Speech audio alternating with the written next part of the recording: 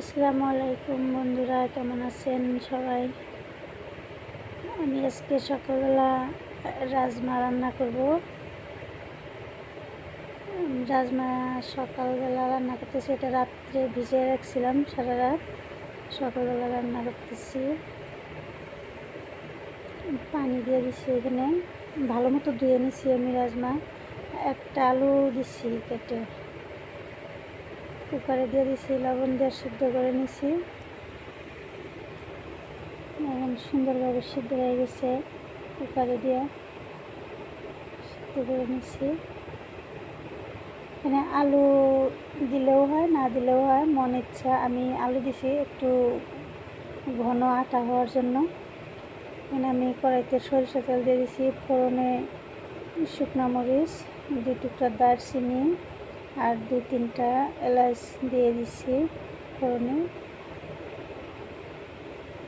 পেঁয়াজ কুচি দিয়েছি। আমরা যেভাবে গোস্ত বানাই ওইভাবে মশলা দিতে হয় রাজমা। ফোড়নটা ভালোভাবে ভেজে নেব। পেঁয়াজ, আমি এখানে কাঁচামরিচ দিয়ে দিছি খালি করে। কাঁচামরিচ বাইটা দেওয়া যেত, আমি কাইটাই দিয়ে দিচ্ছি। এখানে আদা বাটা, রসুন বাটা, জিরা, গরম মশলা একসাথে বাটা দিয়ে দিচ্ছি। মশলাটা ভালোভাবে কষিয়ে নেব। একটু পানি দিয়ে দিচ্ছি যাতে পুড়ে না যায়। পানি দিয়ে ভালো মতো কষিয়ে নেব। একটু হলুদ গুঁড়া, ধনিয়া গুঁড়া দিয়ে দিব এখানে। মতো করে লবণ তো আমি সেদ্ধ করার টাইমে লবণ দিয়ে দিচ্ছি, পরে দেখে চেক করে তারপরে আবার যদি লাগে দিয়ে দিব। আর মশলা কষানো হয়ে গেছে। এখন আমি রাজমাটা দিয়ে দিব। এই যে আলু ভাঙা আমি দিছি, আলুটা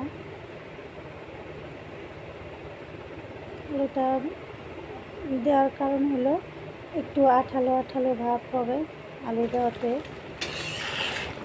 একটু হয়ে গেছে।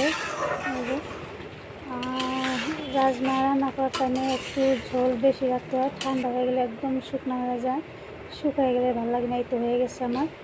এখন আমি এটা রুটি দিয়ে, সবাই ভালো